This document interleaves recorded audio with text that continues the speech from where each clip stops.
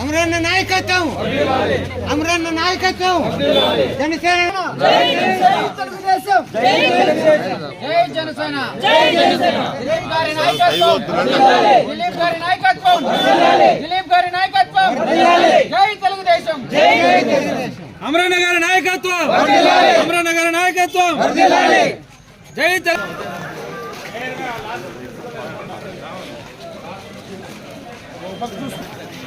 Cycle కొట్టో Telugu Desam పార్టీకి ఎన్నిటికి వస్తాయి?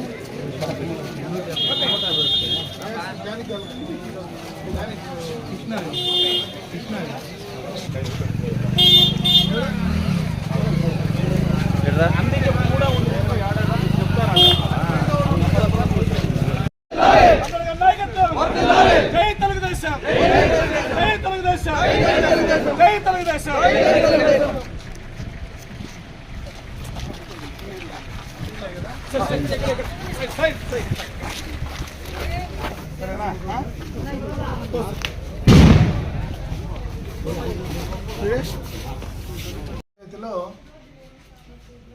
ఇంటింటి తెలుగుదేశం పార్టీ కార్యక్రమంలో భాగంగా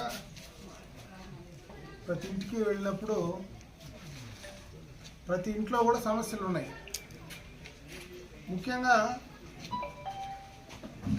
గతం ప్రభుత్వంలో చేసినటువంటి పనులు తప్పించి ఇప్పుడు కొత్తగా ఈ ప్రభుత్వం చేసిన పనులు ఎక్కడ కనపడడం లేదు. అదేవిధంగా ఈ ప్రభుత్వం చేయవలసిన కార్యక్రమాలు అంటే మినిమం నీడ్స్ అవి కూడా మీట్ అయ్యే పరిస్థితి కనపడడం లేదు. ఎక్కడ చూసినా పెన్షన్లు ప్రాబ్లం. నిజంగా అంగవైకల్యం కలిగినటువంటి వాళ్ళకు కూడా పెన్షన్ 3 సంవత్సరాల నుంచి పెన్షన్ కట్ చేసినారని చెప్తున్నారు. త్రాగేదానికి గత ప్రభుత్వంలో వేసిన బోర్లు అయితే ఏవైతే ఉన్నాయో దాని మెయింటెనెన్స్ కూడా కనపడ్డంలే. ఇప్పుడే వచ్చిన ఇంట్లో కూర్చొని మాట్లాడుతున్న బయట డ్రైన్ మొత్తం కూడా ఊరు డ్రైన్ అంతా ఇంటిపైనే ఉంది. అంటే ఏది కూడా మెయింటైన్ చేసేదానికంటే కూడా ప్రభుత్వ కార్యక్రమంలో ఈ అధికారులను ఎక్కువ ఉపయోగించుకునే కార్యక్రమం చేస్తున్నారు. అంటే ఏదో కొత్త కార్యక్రమం ఈ రాష్ట్రానికి జగనే ఎందుకు కావాలా అనేటువంటి ప్రోగ్రాం పెట్టి జగన్ ఎందుకు కావాలంటే ఈ ఊర్లో వస్తే తెలుస్తుంది. ఈ డ్రైన్ ఇట్లే ఉండేదానికి, తాగేదానికి నీళ్ళు లేని దానికి, ఉండే పెన్షన్లు కట్ చేసేదానికి జగన్ కావాల్సిందే.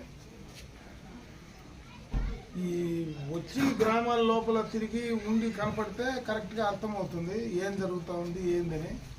పూర్తిగా కూడా ప్రాథమికంగా చేయాల్సినటువంటివన్నీ కూడా వదిలిపెట్టేసి అందరినీ మభ్యపెట్టే కార్యక్రమం చేస్తున్నారు.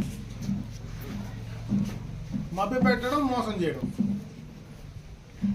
ఎవరినో వద్దు పాపం. ఈరోజు నేను మీతో మాట్లాడుతున్నా జర్నలిస్టులతో, మిమ్మల్నే మోసం చేసే కార్యక్రమం తీసుకున్నాడానికి మొన్న ముఖ్యమంత్రి గారు చెప్పిన మాటలే ఉదాహరణ. అసలు అక్రిడేషన్ ఇచ్చినటువంటి వాళ్లకు ఇంటి పట్టాలు ఇస్తానని ఫస్ట్ చెప్పండి. 5 సంవత్సరాల నుంచి అసలు అక్రిడేషన్ అనేది ఎవరికి ఇచ్చిన సందర్భం లేదు. ఎవరికి ఎక్కడ కానీ ఇచ్చింది లేదు. ఏదో 1-2 ఎక్కడైనా ఇచ్చినారేమో కానీ ప్రతి జర్నలిస్టు నాకు రాలని నాకు 100 మంది జర్నలిస్టులు చెప్పినారు. దానికి కావాల్సినటువంటి అదేదైనా ఇంటి పట్ట కావాలనుకుంటే మొత్తం కూడా దాని కండిషన్స్ గతంలో ఎప్పుడు ఉండకూడదు, భార్య పేరుతో ఉండకూడదు, రకరకాలైనటువంటి కండిషన్స్ పెట్టి వాళ్ళకి ఇంటి పట్టాలు ఇస్తానని చెప్తున్నారు. వాళ్ళు పెట్టిన కండిషన్స్ దీన్ని చూస్తే ఈ రాష్ట్రం మొత్తం 400 మంది కుడియలేదు. గత ప్రభుత్వంలో నేనే ఇచ్చిన నియోజకవర్గంలో దాదాపు అందరికీ ఇంటి పట్టాలు. అంతమందికి కూడా ఈ ప్రభుత్వం ఇస్తుందో లేదో నాకు తెలియడం లేదు. దాన్ని కూడా లిమిటెడ్గా ఇన్ని సెంట్లని దాన్ని కూడా కట్ చేసి ఏదో డబ్బులు కట్టే కార్యక్రమం అని చెప్తా ఉన్నా. అంటే అసలు ఏది కన్ఫ్యూజన్ ఉండి జర్నలిస్టులనే మభ్యపెట్టి మోసం చేసే పరిస్థితి ఉంటే ఇంక రాష్ట్ర ప్రజలను మభ్యపెట్టాలా అనే, ఎందుకంటే ఏం జరుగుతుందని అడుగుతా ఉన్నాను. సొంత డబ్బా కొట్టేది మానుకొని ప్రజల కోసము గ్రామాల్లోనూ వాళ్ళకు ఉన్నటువంటి అవసరాలను దృష్టిలో పెట్టుకొని మినిమం నీడ్స్ ఎంతసేపు నేను బటన్ నొక్కుతా ఉండా, అప్పు తెస్తా ఉండా, బటన్ నొక్కుతా ఉండా అనే కార్యక్రమం ఒకటే కాకుండా రెండు బ్యాలెన్స్ చేయాలి. బటన్ నొక్కాల్సిందే, ముందు కూడా బటన్లు నొక్కుతా ఉన్నారు. ఈ ప్రభుత్వం జగన్మోహన్ రెడ్డి ఒకటే కాదు సంక్షేమం బటన్ నొక్కుతా ఉండేది. ముందు ప్రభుత్వాలు అందరూ కూడా చేసిన సంక్షేమమే ఈయన చేస్తూ ఉండేది, కాకపోతే పేర్లు మార్చిండొచ్చు. అప్పుడు అభివృద్ధి జరుగుతూ ఉండింది, సంక్షేమం జరుగుతూ ఉంది. ఈరోజు అసలు అభివృద్ధి అనేది పూర్తిగా వదిలిపెట్టేసి, పూర్తిగా గ్రామాలను పట్టించుకోకుండా, పూర్తిగా అన్ని ప్రాథమిక అవసరాలను గాలి కొదిలేటువంటి కార్యక్రమం చేసుకొని అధికారులను ఉపయోగించుకొని సొంత డబ్బా కొట్టేటువంటి కార్యక్రమం ఈ ప్రభుత్వం చేస్తూ ఉంది. దాంట్లో ఏదైతే వాళ్ళు చేసే కార్యక్రమం ప్రజల్లోకి తీసుకెళ్తారో వాళ్ళు తీసుకెళ్లే వాళ్ళను కూడా మోసం చేసేటువంటి కార్యక్రమం ఈరోజు చేస్తూ ఉన్నారని ఇది ఒకటే నిదర్శనం. కాబట్టి ఖచ్చితంగా ఈ ప్రభుత్వం ఈ 4.5 సంవత్సరంలో పూర్తిగా కూడా ఫెయిల్ అయ్యింది. రేపు ఖచ్చితంగా ఎన్నికలు జరిగితే ఈ ప్రభుత్వానికి, జగన్మోహన్ రెడ్డి గారికి పూర్తిగా కూడా డిపాజిట్లు కూడా ఈ రాష్ట్రంలో వచ్చేటువంటి పరిస్థితి ఉండదనేది వాస్తవం. అభివృద్ధి చేయాలంటే, ఈ మినిమం నీడ్స్ చేయాలంటే గ్రామ పంచాయతీ సర్పంచులకు నిధులు ఉండాలి. దాన్ని కూడా జగన్మోహన్ రెడ్డి గారు తినేస్తున్నాడు.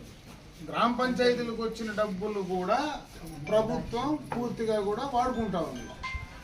దానివల్లనే ఈరోజు ఈ స్థానిక సంస్థలు ఉండేటువంటి గ్రామాలు గాంధీ మహాత్ముడు కలలు కన్నటువంటి గ్రామ స్వరాజ్యం ఏదైతే ఉందో దాన్ని తూట్లు పొడుస్తున్నాడు ఈయన. ఒక పక్క ప్రజాస్వామ్యాన్ని నాశనం చేస్తున్నాడు, ఇంకొక పక్క గ్రామ స్వరాజ్యాన్ని తూట్లు పొడుస్తూ ఉన్నాడు. రెండు రకాలుగా కూడా గ్రామాలను పట్టించుకోకుండా, గ్రామ సర్పంచులకు డబ్బులే ఇవ్వకుండా వాళ్లకు పూర్తి స్థాయిలో అన్యాయం చేస్తూ ఉంది ఈ ప్రభుత్వం.